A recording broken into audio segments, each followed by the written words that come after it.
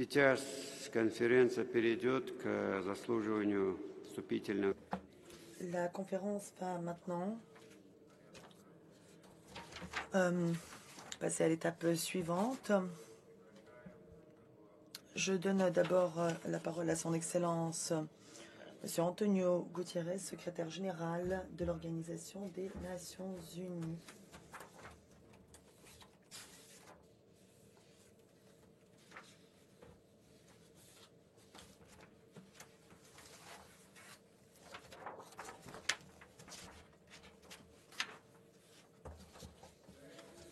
Excellence, Monsieur le Président Serdar Berdimuhamedov, Excellences, Mesdames et Messieurs les délégués, je remercie le gouvernement et le peuple du Turkménistan de nous avoir si chaleureusement accueillis à l'occasion de cette conférence importante.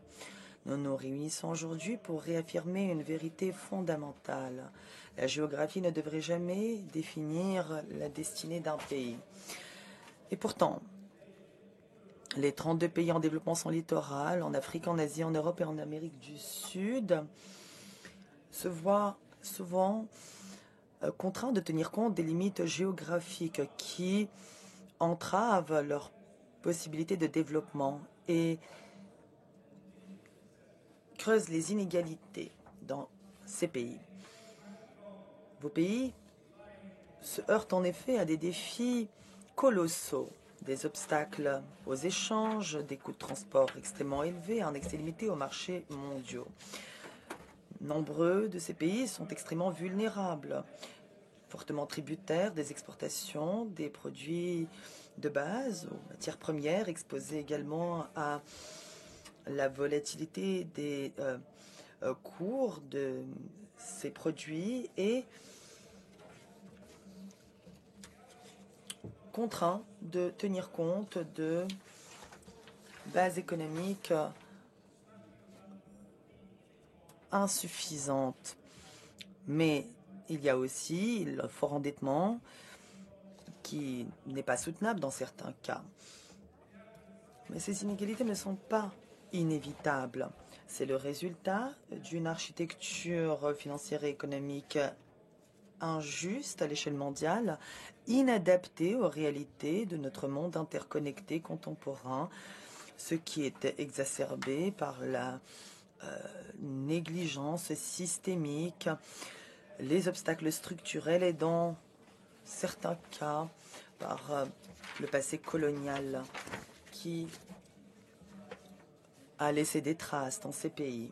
Les chocs récemment survenus, pandémie, catastrophes climatiques, perturbations des chaînes d'approvisionnement, conflits et tensions géopolitiques ne font que creuser ces inégalités, éloignant encore plus les pays en développement sans littoral de la réalisation des objectifs de développement. Mais cette conférence n'a pas pour objet de parler des obstacles, il s'agit d'évoquer les solutions. Il s'agit surtout de lancer une nouvelle décennie, une décennie marquée par l'ambition grâce au programme d'action d'Awaza pour déverrouiller le potentiel de développement des pays en développement sans littoral. Et nous sommes fiers, les Nations Unies sont fiers des travaux cotés dans cette entreprise. Je voudrais donc aujourd'hui définir 4 priorités essentielles pour notre action collective dans les 10 années à venir. Premièrement, il faut accélérer la transformation structurelle et la diversification économique. Les pays en développement sans littoral sont dotés d'un potentiel exceptionnel, ressources naturelles et capital humain.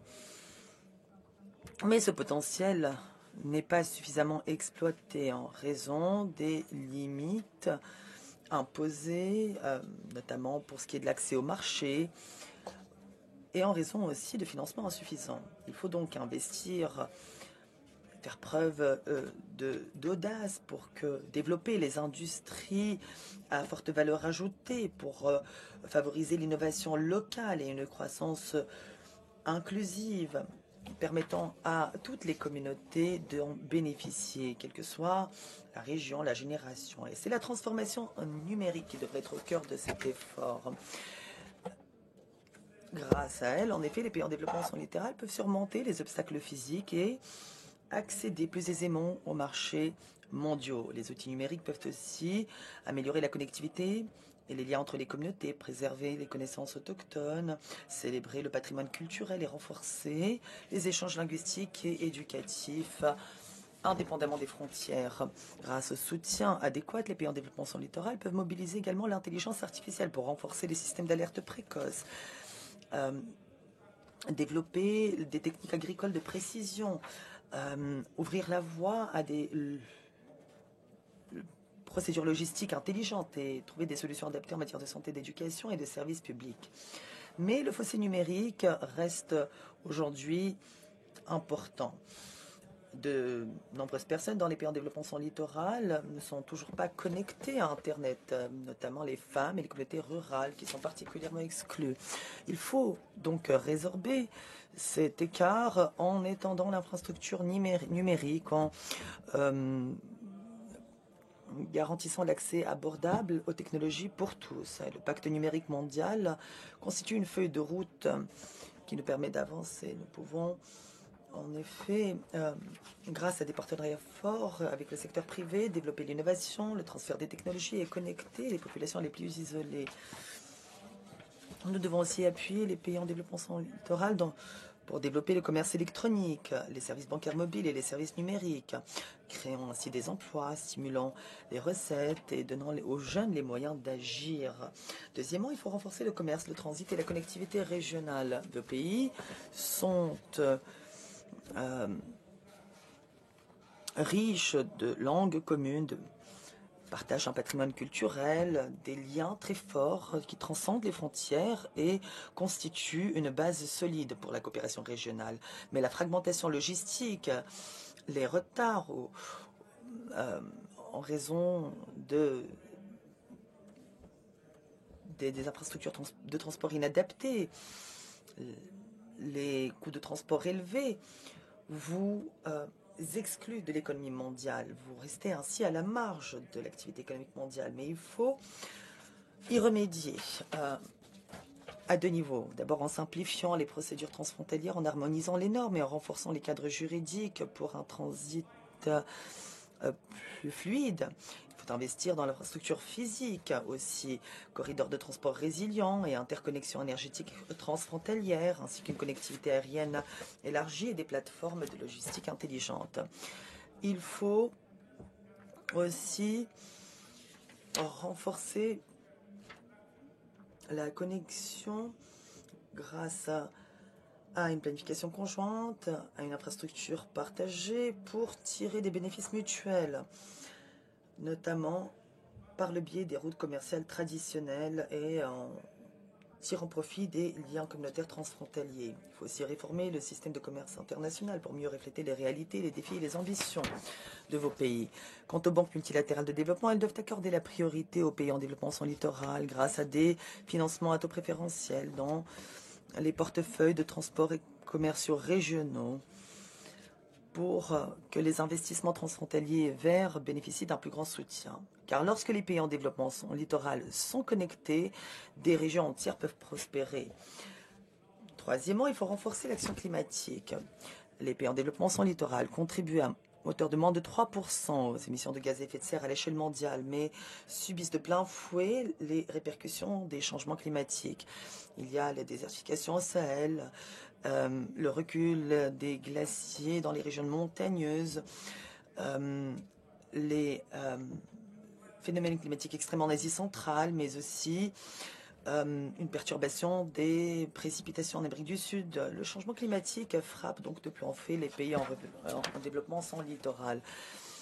La vulnérabilité climatique, le fait de ne pas avoir accès à la mer crée des risques plus importants qui menacent le développement et même la survie dans certains cas. Lorsque les catastrophes climatiques détruisent l'infrastructure essentielle, des économies entières peuvent être exclues des marchés mondiaux du jour au lendemain. Il faut donc doubler les financements alloués à l'adaptation, comme nous l'avons promis, investir dans des systèmes d'alerte précoce et bâtir des infrastructures résilientes pour résister à ces chocs. La science est claire. Et pour éviter les effets les plus délétères des changements climatiques, il faut maintenir la hausse des températures à 1,5 degré. La COP30 doit être un moment décisif et les pays G20 ont une responsabilité toute particulière en raison de l'ampleur de leurs émissions. Ils doivent montrer l'exemple en présentant leur contribution nationale et en étant plus ambitieux.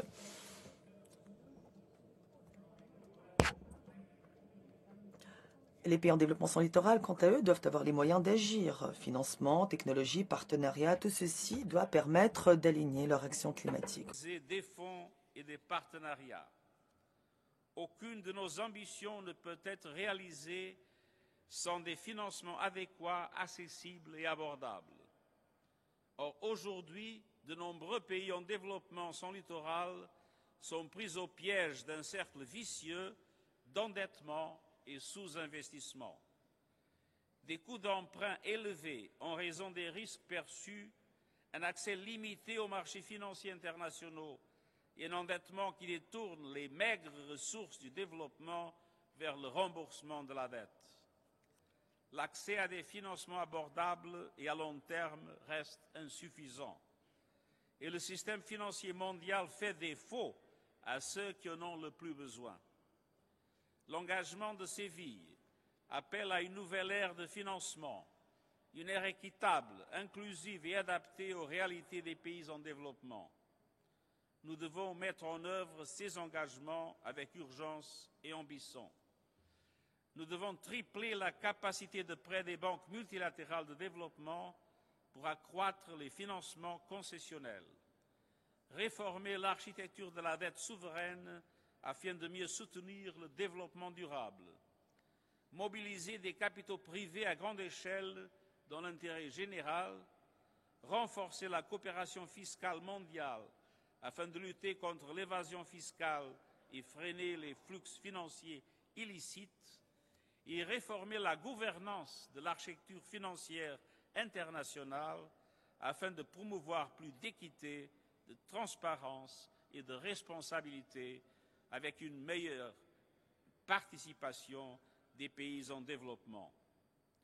Nous devons aussi débloquer des financements concessionnels pour le climat de toute urgence et à grande échelle pour permettre aux pays en développement sans littoral d'investir dans des infrastructures résilientes, un développement durable et une croissance inclusive.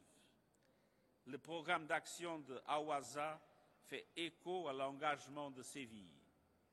Ensemble, ils offrent une feuille de route concrète pour transformer les promesses en capitaux et les capitaux en avancées tangibles. Excellences, la réussite des pays en développement sans littoral est essentielle à la réussite du programme 2030. Nous avons les connaissances, nous avons les outils. Ensemble, nous pouvons écrire un nouveau chapitre de l'histoire des pays en développement sans littoral, fait d'intégration économique, de résilience et de prospérité partagée. Ensemble, nous pouvons transformer la géographie, aujourd'hui un obstacle, en une passerelle, reliant non seulement les marchés, mais aussi les peuples et les cultures qui donnent tout son sens au développement. Saisissons cette occasion pour bâtir un avenir plus prospère, plus juste et plus durable pour tous, et je vous remercie.